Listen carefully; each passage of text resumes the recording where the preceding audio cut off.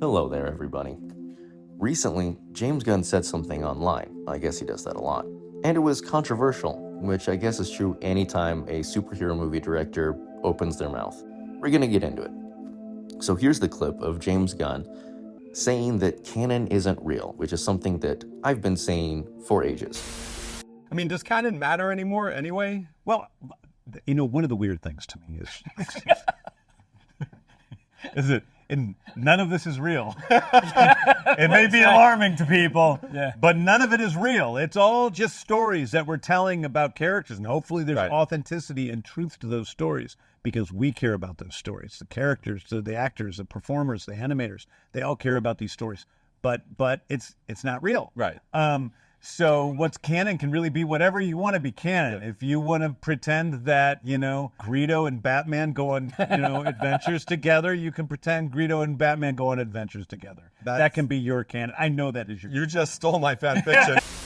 Now, I understand how some people could be upset by this because it does kind of seem like someone building in a loophole for, criticisms of characters maintaining over from old canon, for there being kind of a mixture of continuities within the DCU. This is sort of like, well, none of it's real, so don't hold me accountable. I could see that perspective, but I think in a broad sense, saying you can't look at a video game or a movie or a TV show or a comic book or whatever and apply the continuity or your interpretation of that continuity to a different universe, a different iteration of that character, I think that's entirely correct, and it's something that I've been saying for ages.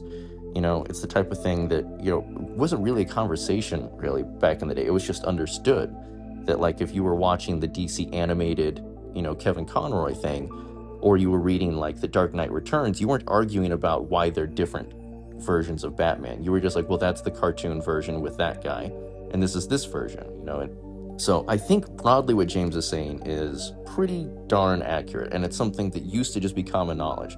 And, he's older than me, so I think it was common knowledge for his generation more than it was for mine, because they had more time before social media to have that opinion.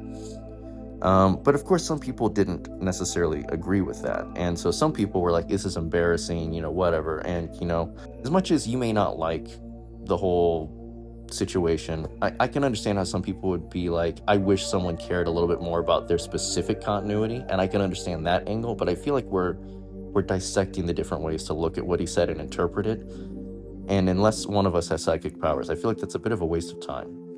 So this young man named Nicholas, he's a self-described 17-year-old mentally unwell Batman fan who was 6 years old when Man of Steel came out and 8 years old when Batman vs. Superman came out. He likely hasn't even seen those films, and all of his anger is just something that he learned he needs to emulate to be popular within nerd spaces. It's what you're supposed to do. Anyway, what Nicholas said was that this is much better than Snyder saying that heroes have to be edgy murderers because he thinks it's unrealistic for them to be inherently good people. So, before I talk about how what he just said is completely bullshit, because it is, let's imagine a world where Zack Snyder did say, all heroes are edgy murderers because that makes them realistic and they are inherently bad people. That would imply that he still thinks that superheroes are trying to be good despite their bad inclinations, which would be a fair reinterpretation of this medium, of these characters. It's a very sort of classical Greek Shakespearean idea of man versus man, like you're fighting your own internal struggles. And as James Gunn has just said, canon isn't real. These characters are not real. They can be whatever. You can make up your own version of them and it's fine. And no prior continuity applies to a new continuity. There's no relationship between the two. There's no necessity to emulate or replicate, even within continuities that replicate or try to say that they're the same thing. You go from Michael Keaton to Val Kilmer to George Clooney. That's supposed to be the same Batman. He changes faces, he changes cars, he changes designs, he trades his machine guns for nipples on his costume. That's arguably very differently written versions of Batman. And yet they're supposed to be the same thing. So continuity is bullshit. So if Zack had actually said that, if you agree with James Gunn, you would have to say, well, that's fair. He can say that because it doesn't matter, because it's all made up. So we shouldn't really get bent out of shape on it. But they are getting bent out of shape because in reality, they're saying, yes, I agree with James Gunn, but they don't agree with James Gunn. They think that there is one way to do these characters. And so when pressed for proof of Zack saying these things, which he didn't, Nicholas shared a link from a commission-based artist named Lewis, who apparently thinks that as someone who feeds himself and pays his bills by offering to draw children's characters for people with disposable income, he thought it would be wise to insult people and think that those people would still go to him as like a place that they would get their art made, when you can go to artists who aren't assholes. Wake the fuck up. It's like, yes. It's like, yes. You know, that's all.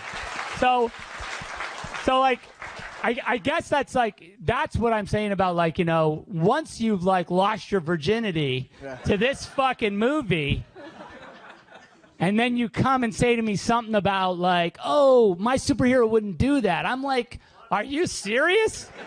Like, I'm like down the fucking road on that. You know what I mean?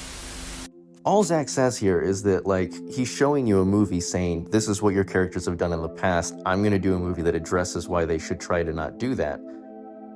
So my movie is agreeing with you. Why are you arguing with me? Also, like, it's for the point of the movie. I'm done with this conversation. I'm not arguing about what a character can and cannot do.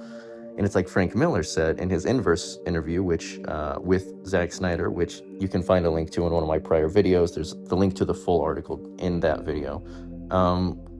A character who cannot break a rule, who cannot do something because it ruins the character, is an inherently boring and poorly written character, according to Frank Miller. He thinks it's boring and it's dumb. And in fact, he says that the reason he kept putting guns in Batman's hand in the Dark Knight in the Dark Knight comics that he was doing was because editorial kept saying that Batman can't use a gun. And he's like, well, a gun is a tool. He would use it as a tool. He's a master craftsman. He can do whatever he wants. So he put a homing beacon in one so he can track someone. And then he has him take someone else's gun to disarm a mutant to save a baby. And then he's shooting plastic explosives. And then, you know, he's got machine. Throughout the comics, he gets progressively more crazy. You know, that's like when you've read the Dark Knight comic, like the first one. I guess the second one was already out by the time of Batman vs Superman as well, so the Dark Knight Strikes Back, where he beheads Robin, by the way, and throws his corpse into a volcano. So very dark version of Batman that everyone says is great. Once you've read that comic, then you go see this movie and it's just kind of like, hey, that version of Batman's crazy, let's not let Batman go full Dark Knight, let's tone him down a little, let's have him come to Jesus and realize that's wrong. That's what his version is doing. So people were like, why are you doing this? He's like, dude, I'm not even the most extreme Batman guy.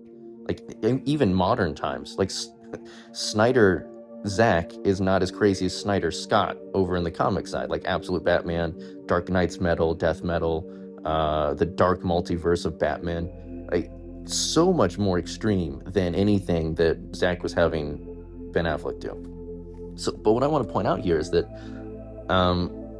to be mad at this clip is to say there's one version to do it and that these are real characters who have a real way that they will always act, and that canon matters, which is what they said that they were arguing against. They said that they were Team James Gunn. Canon doesn't matter. C'est la vie, do as you will. Eat, pray, love, no stress, no mess. But now they're stressed and they're messy. And I just think it's interesting because these people are like, hey, this is Zack Snyder is an edgelord, he does this and that, and like, again, killing Zod. John Byrne did that. Zack Snyder didn't invent that. Richard Donner and Richard Lester killed Zod. Tom Welling's Superman killed a clone of Zod and then would probably go on and kill his Zod as well. He was ready to kill a clone of Lex Luthor for kidnapping Lois Lane and then realized that he was already dying because he was a failed clone, and was just like, I ain't got time for you, son. And he left.